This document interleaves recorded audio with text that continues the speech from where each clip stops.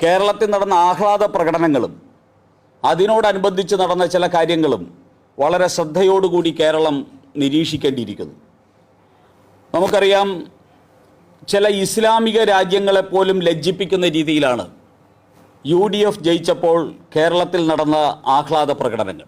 ഓരോ ആഹ്ലാദ പ്രകടനത്തിലും മാരകായുധങ്ങൾ, കത്തി, വാള്, ഇത്തരത്തിലുള്ള മാരകായുധങ്ങളുമായിട്ട് ആഹ്ലാദ പ്രകടനം നടത്തുന്നു.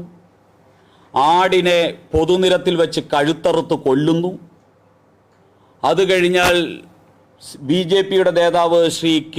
സുരേന്ദ്രൻ്റെ ഫ്ലക്സ് ബോർഡുകൾ ആധുനിക സംവിധാനം ഉപയോഗിച്ച് ബോംബുകൾ വെച്ച് കത്തിക്കുന്നു. ഇതെന്താ, താലിബാനാണോ? മുസ്ലിം ലീഗും കോൺഗ്രസും ഉത്തരം പറയേണ്ടതാണ്. ഇത് താലിബാനാണോ? താലിബാനിൽ ഞങ്ങൾ മനുഷ്യൻ്റെ ഗളം ഛേദിക്കുന്ന ജമായത്ത് ഇസ്ലാമിക്കാരനെ കണ്ടിട്ടുണ്ട്. താലിബാനിൽ മനുഷ്യ ബോംബുകൾ ഇട്ട് നശിപ്പിക്കുന്ന ജമായത്ത് ഇസ്ലാമിക്കാരനെ കണ്ടിട്ടുണ്ട്. അതിൻ്റെ റിഹേഴ്സലാണോ മുസ്ലിം ലീഗിനും കോൺഗ്രസിനും അധികാരം കിട്ടിയപ്പോൾ കേരളത്തിൽ അനുവർത്തിക്കുന്നത് എന്ന് ഞങ്ങൾ ചോദിക്കാൻ ആഗ്രഹിക്കുക. അതാണ് കേരളത്തിൽ കണ്ടത്.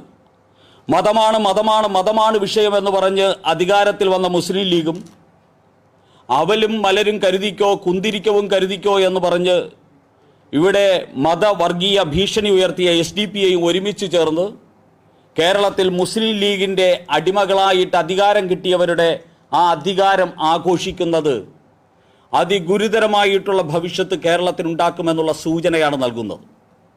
ഇത് കേരളത്തിലെ സാമാന്യ ജനതയെ, വികസിത കേരളം ആഗ്രഹിക്കുന്ന ജനതയെ, സ്വന്തം കുഞ്ഞുങ്ങളുടെ ഭാവി ഭദ്രമാകണമെന്ന് ആഗ്രഹിക്കുന്ന ജനതയെ, നമ്മുടെ കുഞ്ഞുങ്ങൾക്ക് നല്ല വിദ്യാഭ്യാസം ലഭിക്കണമെന്ന് ആഗ്രഹിക്കുന്ന ജനതയെ, ഇവിടുത്തെ സാധാരണക്കാരൻ്റെ പ്രശ്നങ്ങൾ പരിഹരിക്കപ്പെടുന്ന ഒരു സർക്കാരായിരിക്കണം കേരളത്തിൽ വരണം എന്നാഗ്രഹിച്ച ജനതയെ സംബന്ധിച്ചിടത്തോളം അങ്ങേയറ്റം ഉത്കണ്ഠാകുലമായിട്ടുള്ള ഒരു സാഹചര്യമാണ്.